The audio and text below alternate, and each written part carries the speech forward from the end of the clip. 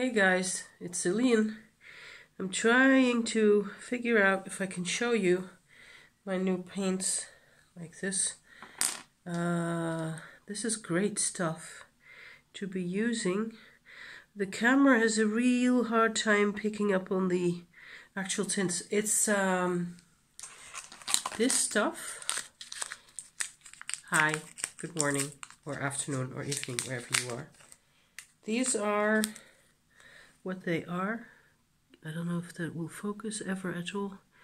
It's Van Gogh is the brand over here, but if you're in a big city, you will be able to find maybe these, or there's other brands who do this kind of thing. It's a metallic kind of paint, really. It's very transparent. You use this with water, like watercolor, you know. So you have to have a little pot of water there and brushes, and you just, you know, dilute this kind of a cakey kind of stuff. And I have three types. A green one that's quite shiny. I want to talk about this. It's actually one of the most fun thing in my life at the moment, okay? I made this, which is just a piece of paper that I had left over, and I'm just kind of hoping some of that effect will show up at some point in there.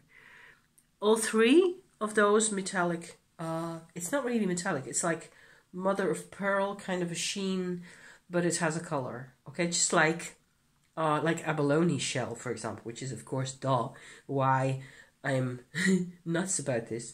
You could do a million things with this. It's fascinating to work with, really cool.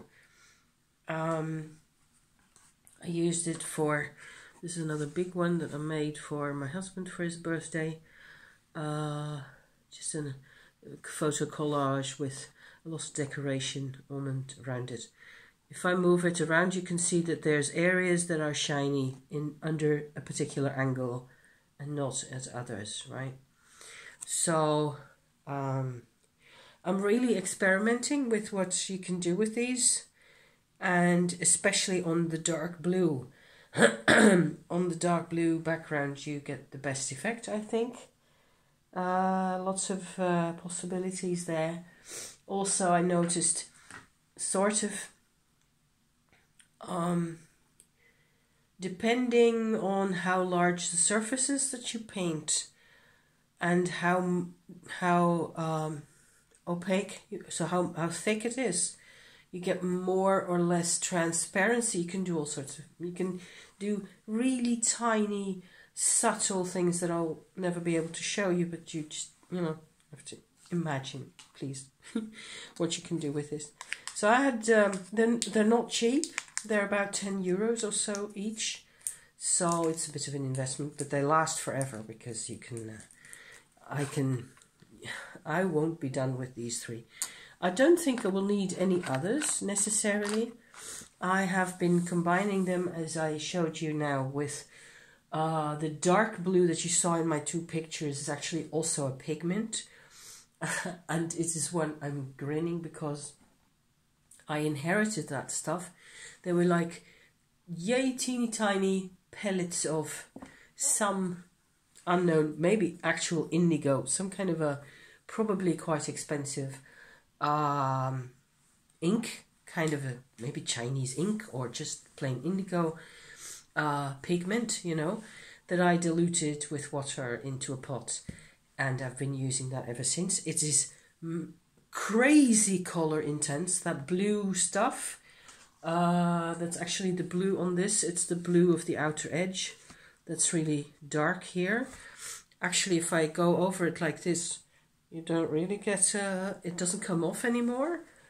But your brush that you use for that paint, you don't want to use for anything else unless you know, unless you've really been able to clean it properly, you know, because it's really tough to clean. The blue has such color intensity, it just keeps coming back out of the brush all the time. So there's all those considerations, and there's white inks in here, there's all sorts of stuff. I'm having fun, I think. But today, I didn't just come out to also to, talk about this stuff. It's one of the more fun bits at the moment. Yesterday I was really, really pumped to experiment on my paint business, and I had also the patience and the inner sense of poise, I suppose, to be painting and drawing and stuff. And I did a lot of other things. I made a little clay sculpture, which I can show you. This is another one of my little artistic endeavors. It's actually supposed to be a Tumo deity in my book, Vajrayogini, that I made for myself. So this will have to sit and dry for a couple of weeks, and then it'll go into the fireplace. Hopefully, fingers crossed, it'll bake into pottery, and that way we've done that kind of thing dozens of times already, so yeah, should be okay. It was the last of my sea clay that I still had, and if it doesn't work, if it falls apart, which is possible always, I will have to go and get me more sea clay from the beach, which is like 150 kilometers drive away from here, so I'm not gonna do that any minute, it'll just have to, yeah. Other than that, lots of, fun with these little projects. I've been having a bit of a, as you can tell probably from my voice, I'm still not completely recuperated from my cold. It's getting loads better in the sense that I actually feel quite up to nearly everything again.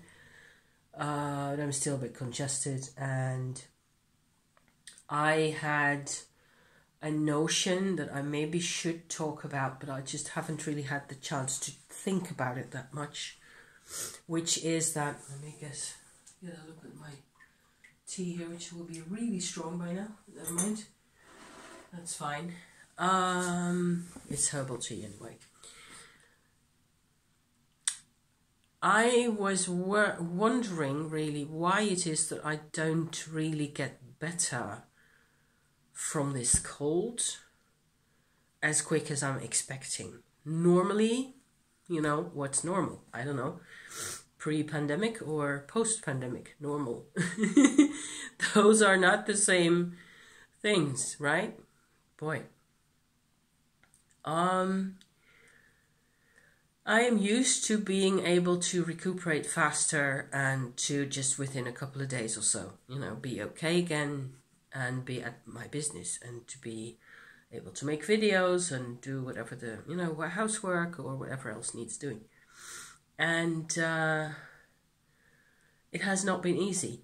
And one thing I realized, I was listening to another guy's astrological video that they made maybe last week or so. I'll put the link in the description. He's a great astrologer.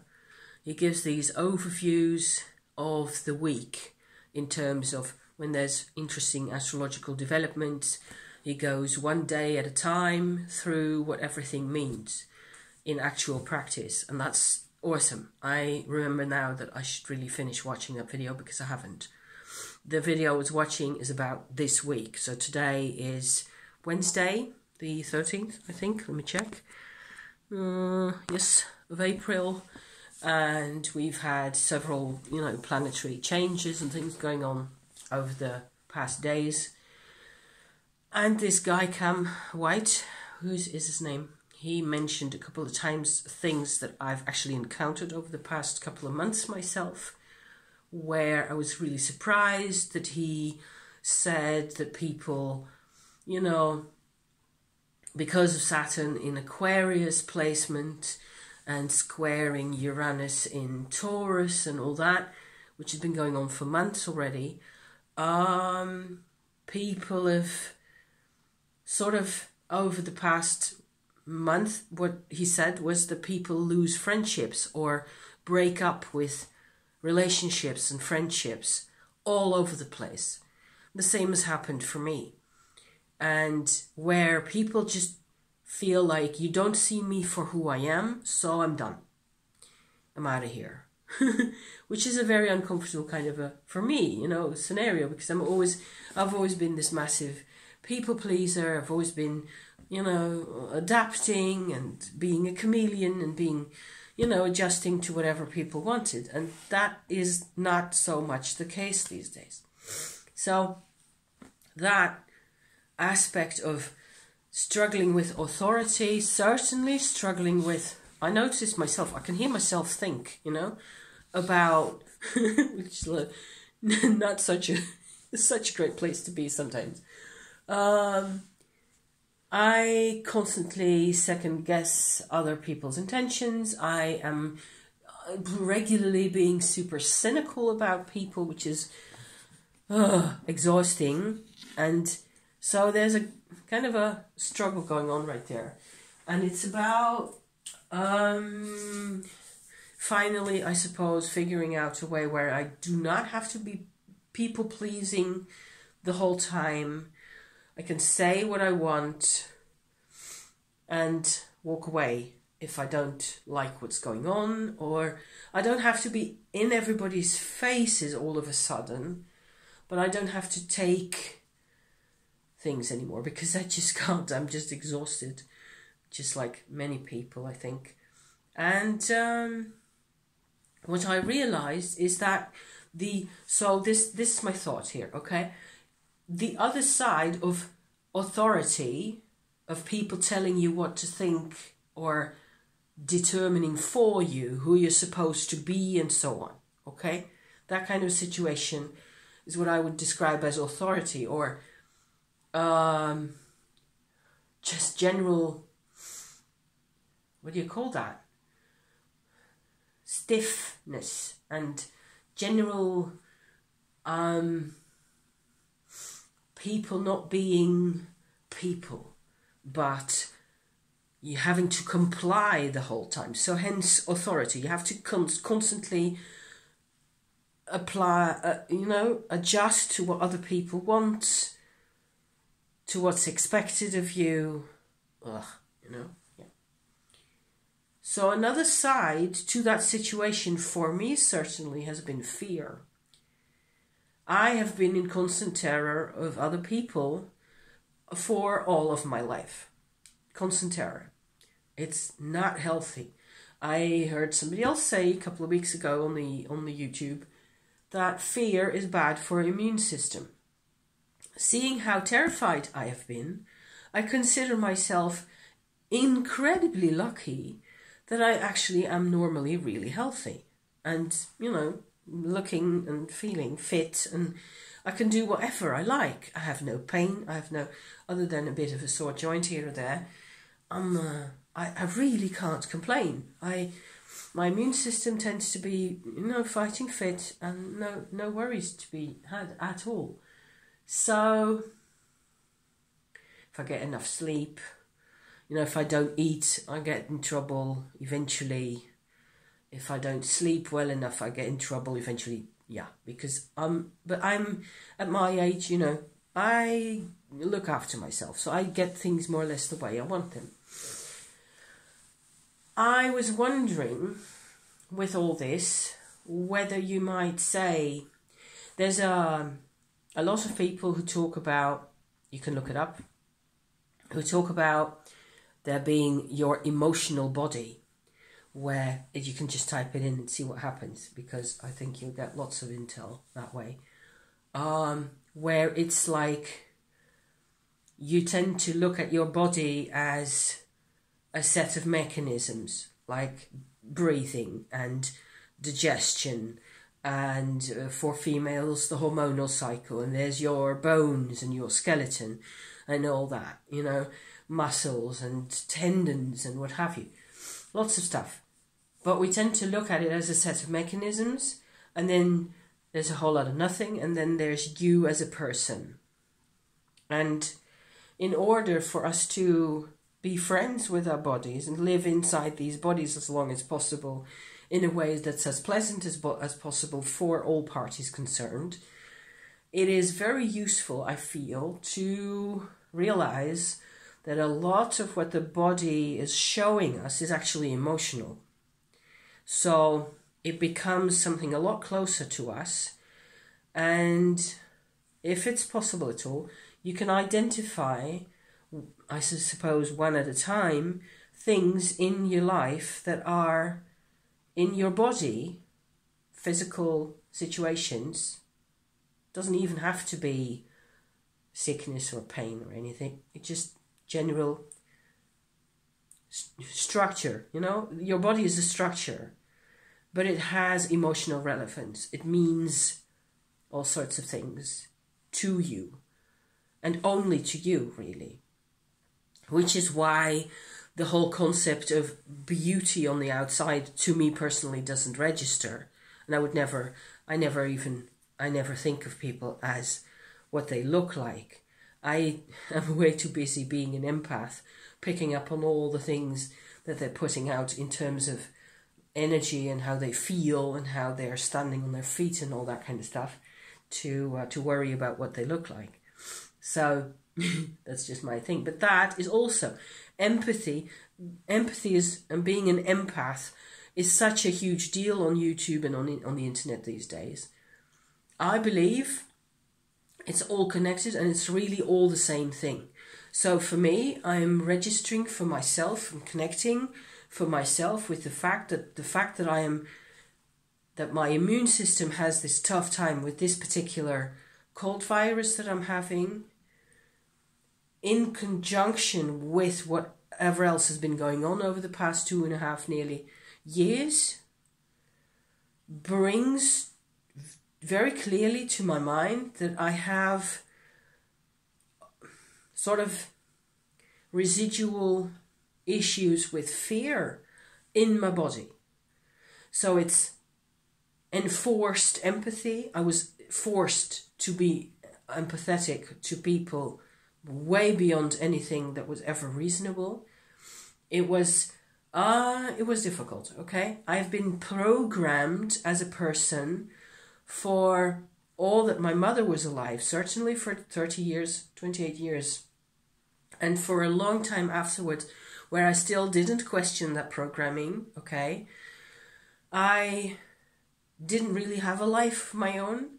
My body was certainly not my own in the sense that I was there to execute certain duties, just like more or less like a robot for other people. Nothing about how I felt was ever really relevant to other people.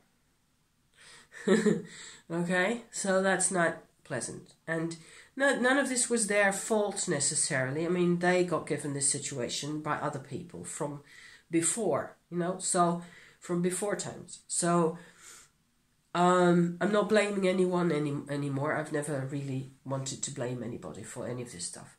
But it's a fact that I am carrying around as this sort of a physical entity.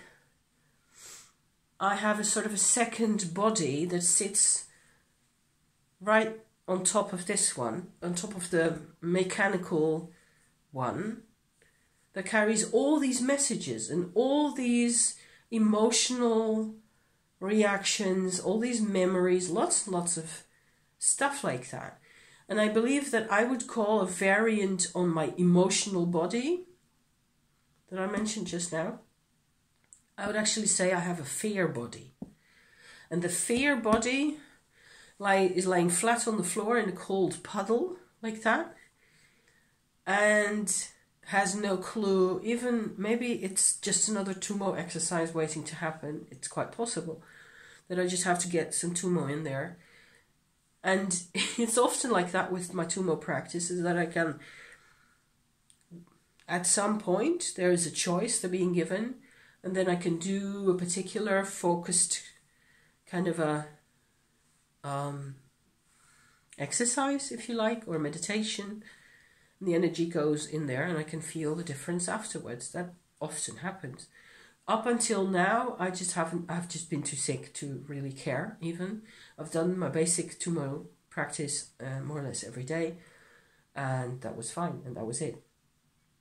But in terms of the immune system and the whole thing going on in here, it seems like I have a residual I suppose, because there's nothing really frightening me at the moment. I am not frightened of making videos coming out on YouTube with my story in my kitchen and with my mess all over the place. I don't care. I couldn't care less. Certainly now, you know. Because people will take me for what I am anyway, and if you don't like it, you go watch something else, and it's fine. It's a free country. At least that's what I believe. So I don't think there's, if I look at it like that, if I go like, okay, so there's nothing frightening me now. There's no fear. There's no cause for fear. Let me be aware of my surroundings, of my space, of my life. There's a couple of, you know, my fence needs fixing. That's something that's quite triggering to me because it's a huge mess, and we have sort of, the fence broke in the storm, and that's actually more than 7 weeks ago by now. So that's nearly 2 months ago that we had this massive set of storms, and it blew our fence out of the water, or out of the earth, I should say. And it's just kaput in several places. It also affects my neighbour's fence on that side, and it affects the gangway path at the back of all our lots here, and it needs fixing, and I need to get somebody here because I can't do it and my husband can't do it. We're both complete klutzes in this kind of work. So this is kind of something that triggers me because it has to do with feeling responsible towards other people. And there's a massive fear body, like a big banner going, it's a party, it's a terrified party in my brain, you know, the moment there's a triggering kind of situation. So, yeah. So that's definitely always, that's very much a part of my life. Also with Tumo, over the past 2 years, I must say, the mechanisms of what that feels like have become a lot clearer to me. A lot of it has to do with feeling responsible towards, you know, like so many people have that kind of thing where for some reason you feel so bad about whatever it is towards other people that they're going to be bothered by you, that you go nuts. You know, often for me, I make the problem 10 times worse by being a nutcase, being hysterical about it. You know, with my husband, certainly in the past, you know, it used to be like that I just would go completely bananas over whatever problem we were having. And because of a sense of guilt. So there's a lot there that I know everything about by now. And we had this situation, my husband and I, maybe it's a little anecdote that I can add on to this story where it really describes quite effectively how I suppose it was all part of the whole, you know, rest of everything that happened in the weekend. Which sort of leads me then in the end to come to this kind of conclusion. I'll still have to figure out what to really do with the fear body. Poor thing.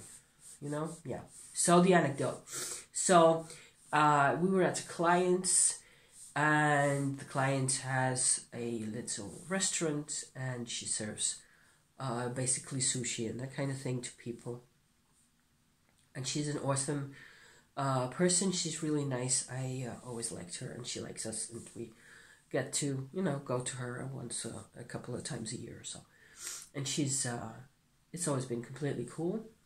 This time she had a bit of an issue with a customer of hers who had a complaint because they'd been ill, and it looked like it was due to some kind of maybe food poisoning or something, which is always a huge issue and a huge deal, of course, if you work in a restaurant. So it took us a while because I was still kind of, you know, sniffy and not completely comfortable. The weather wasn't cooperating. It was really cold. We had super big pellets of snow in the morning on the client run, and it was a bit of a not such a great day in the end. And in the end, what happened was that we had this discussion. I was even tiny bit contributing to the discussion, trying to at least. And then my husband, who is actually who does her books for her, who does her administration, proposed to, respond to the customer and the email and all that. And he came up with his plan to deal with the issue.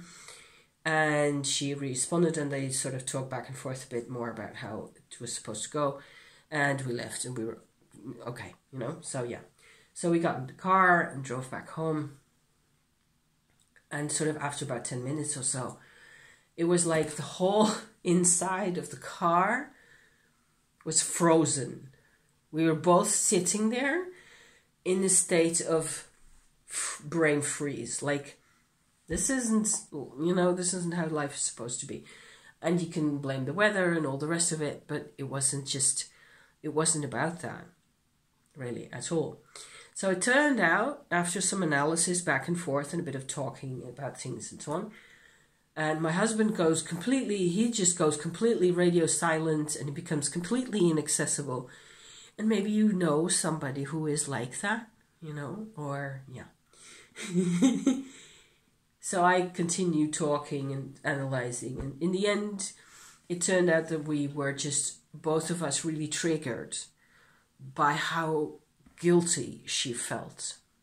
Even though she didn't really say anything, it was palpable in how she was talking and behaving, And so there's a lot of stuff going on that's non-verbal, that doesn't have anything to do with us being blamed for anything, because we had nothing to do with any of it, but just picking up on the vibe of somebody feeling so guilty, even though I was constantly trying to tell her that it might completely not be her fault what happened. But she didn't want to hear that. So she is Chinese from origin, from China, and I have no idea. I don't think it would be possible to even talk about any of this with her directly, whereas we can have all sorts of conversations, and we do, about anything. I sometimes bring my knitting along, for example, and I sit there knitting, or my writing, or I make my videos, and she knows about my YouTube channel. We can talk about anything, totally anything in the whole wide world.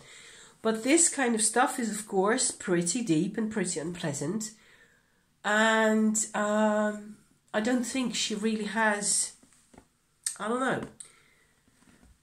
words for what it's really like. And to even, because it is triggering. So all the unspoken words on her side created this whole miasma for us, for both of us, for me, from a slightly different background, from my husband, from his background. There's always this sense of this crushing responsibility, crushing guilt of, whereas it had absolutely nothing to do with us. So the moment I'd sort of finished analysing this, we were feeling a lot better. The icy cool atmosphere in the car was gone, and we parked at a little Marian pilgrimage kind of a thing that I'm still supposed to come out and show you sometime, which is, this all happened on Saturday past. It's in middle of a forest, a small village that has a little church with a sort of a Mary chapel sitting on the side of it, with a, I believe, 14th century or so, gilded wooden, this size, less than 20 centimeters, statuette of the mother and child with huge crowns on. It's awesome. And it was really quiet in there. We just went in there and sat for 20 minutes or so, and it was really quiet. There was nobody else. Lit candles for ourselves. We're not Roman Catholics, but we just enjoyed that no end. And this is such a special place. It's got really special kind of decoration on the inside of the chapel. It's all paved in marble. It's like 2 columns to the forward from the wall, and against the wall is this glass case that she's standing in, and with flowers. And there's like this whole square area that's in between the columns like that. There's the candles everywhere.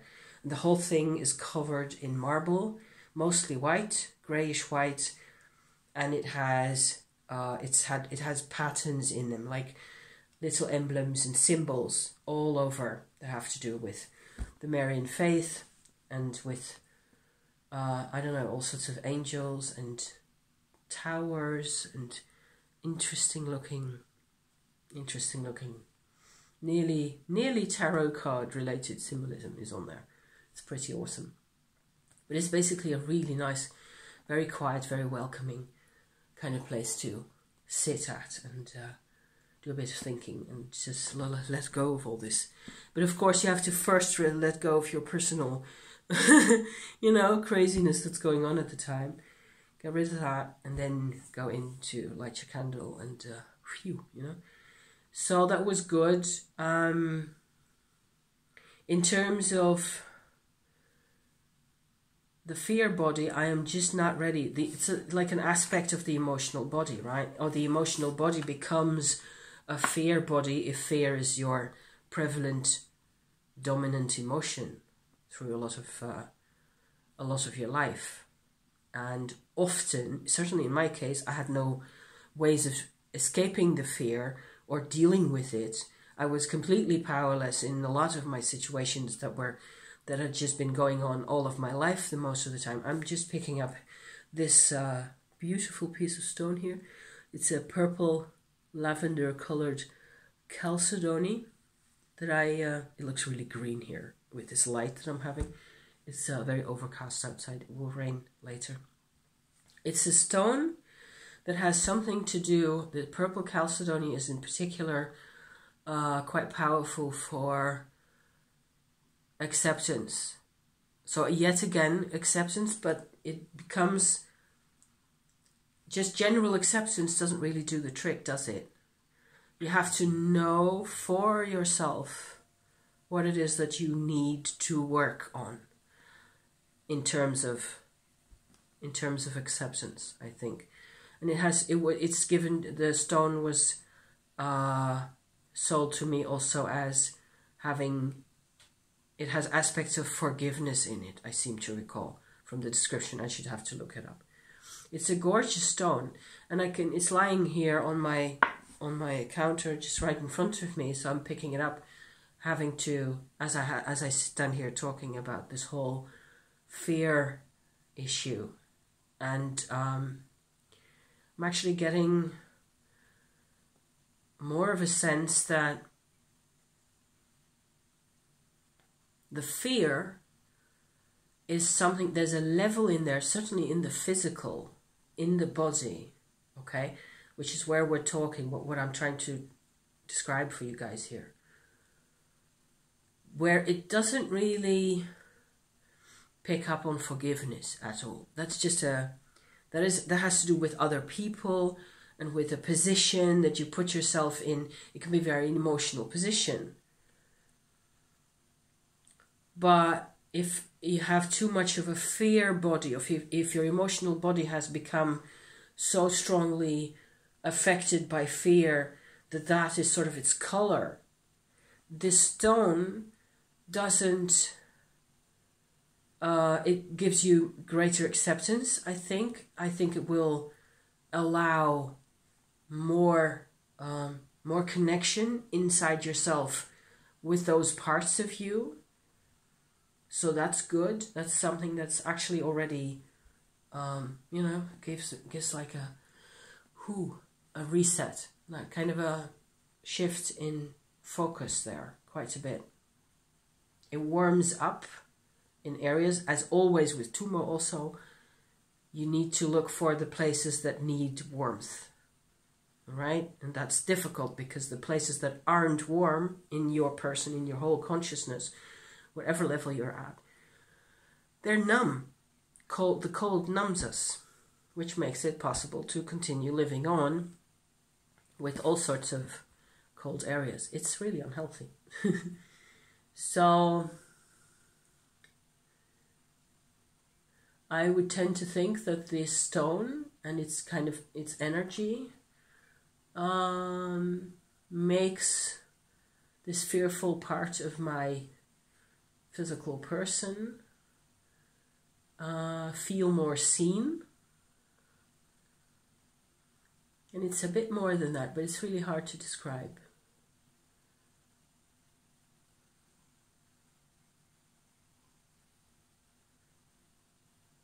Because it's so easy to look at fear from the outside as how impractical it is. We always fight it, don't we? Okay, so how long have I been at? 36 or so. That's I'm going to end here because this was it was actually rather more productive than I feared I was going to manage today. I'm going to have my tea now, which will be half lukewarm, you know. Interesting thoughts. I think personally, myself, that I need to work on this a bit more. And it's funny with this stone. Suddenly, you just happen to have the right stone sitting right in front of you. It's really extraordinary. Thank you for watching. Have a nice day. What can I say? Thank you. See you next time. Bye.